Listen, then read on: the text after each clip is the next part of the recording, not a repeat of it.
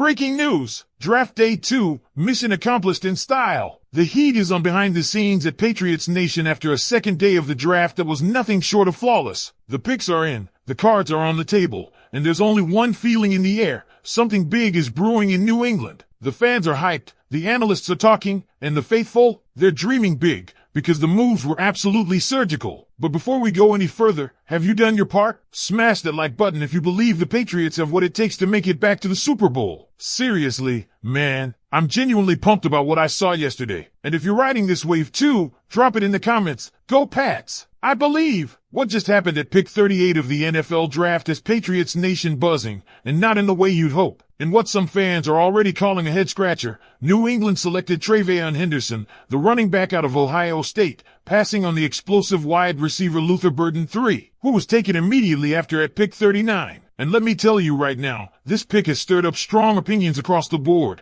and you're going to want to hear this all the way through before jumping into the comments. Let's set the scene. The Patriots came into this draft with plenty of holes to fill, but one glaring gap was at wide receiver. Everyone knew it. The fans knew it. The analysts knew it. Even the host filling in on Patriots Today, Alper, said it live. You're going into 2025 with Kendrick Bourne, Pop Douglas, and Keyshawn Bout, and you still have yet to upgrade that position. So when the Patriots were on the clock at 38 and Luther Burden, the dynamic slot receiver from Missouri, was right there, it seemed like a lock. But no, New England zigged when everyone expected them to zag. They drafted Henderson. Now, don't get me wrong, TreVeyon Henderson is an incredibly talented back. This is a guy who racked up over 1,000 yards on just 144 carries in 2024. That's a scorching 7.1 yards per carry. Add 10 touchdowns and a burst that makes him a home run threat every time he touches the ball, and you can see why some scouts are in love with him. The Patriots clearly see something too. Maybe they're trying to recreate a version of Detroit's Montgomery Gibbs backfield with a power-speed combo featuring Rhamondre Stevenson and Henderson. But here's the rub, Rhamondre Stevenson just got a contract extension. Antonio Gibson is on the roster, and Henderson, while explosive, isn't exactly a James White-level pass catcher. In fact, he had just 27 catches for 284 yards in 2024. For a team whose offensive identity under Josh McDaniels leans toward short,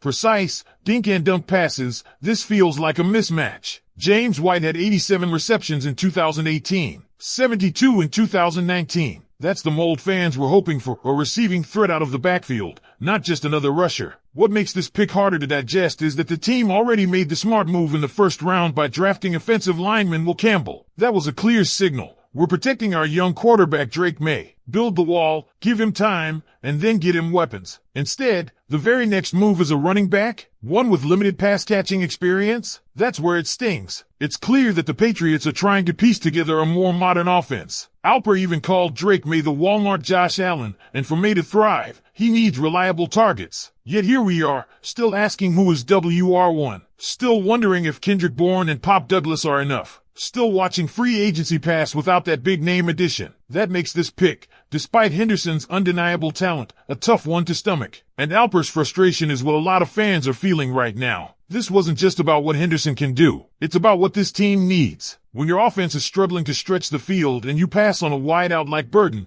who was sitting there at 39, you're opening yourself up to second guessing, especially when the next few picks featured solid talents like Jaden Higgins to the Texans and Shiloh Sanders still waiting to be drafted. To be fair, Henderson isn't a bad player. Far from it. According to draft analyst Dane Brubler, Henderson is not a proven bell cow between the tackles, but his burst of speed makes him a home run threat and coaches can trust him to execute without the football. That sounds promising. That sounds like a piece to an offense that could open things up, especially if McDaniels finds creative ways to get him in space. But let's not ignore the context. The Patriots offense needs playmakers in the receiving game. The hope and convince yourself later approach that Alper mentioned, watching tape, hyping yourself up, learning to love the pick, feels all too familiar for New England fans. We've been here before. Let's not forget the Patriots' history of drafting for need and fit over splash and skill. Sometimes it works. Other times, well, kill Harry. There's also that nagging feeling. If you truly wanted a running back, there were others, like Cam Skatebo, who could have been had in the later rounds. That's what makes this pick feel like it missed the mark not because of who Henderson is,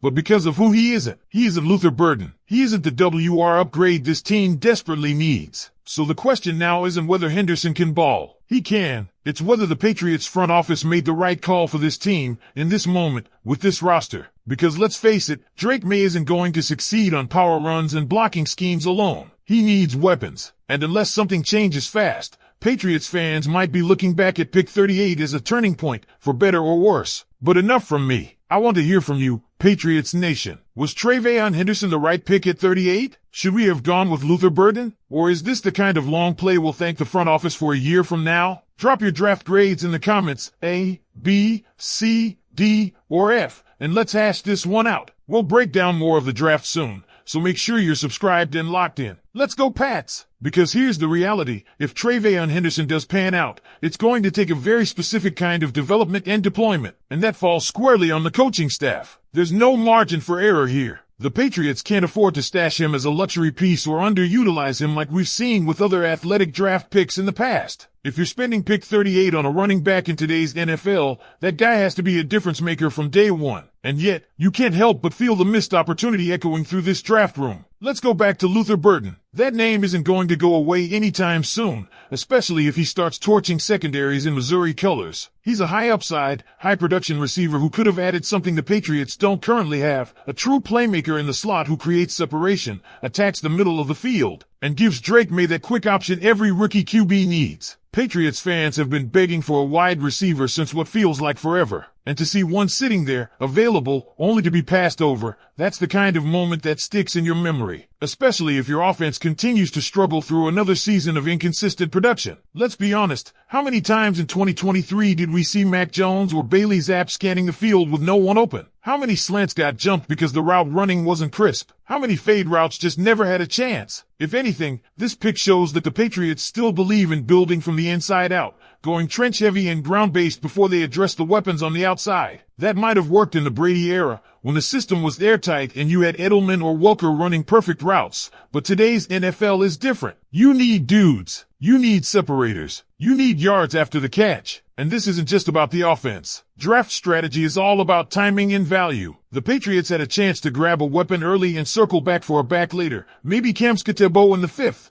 as Alper said during the show. Instead, they went with Henderson now, leaving fans to hope someone like Troy Franklin or Javon Baker drops far enough to still be an option. But it's a gamble, and right now, that gamble feels risky. Let's talk about context too. Drake Maye is stepping into a role with high expectations. He's the future of the franchise. And you already gave him help up front with Will Campbell, an A-plus pick by most accounts. But the help can't stop there. A rookie quarterback needs a reliable escape hatch. He needs chemistry with his receivers. And if the plan is to lean on a running back duo to open up the passing game, then you better hope Henderson can become more than just a guy who hits the edge and goes. You better hope he becomes that pass-catching, blitz-picking, big-play spark who can make defenses hesitate. Because if he doesn't, then what was the point? It's clear that Josh McDaniels,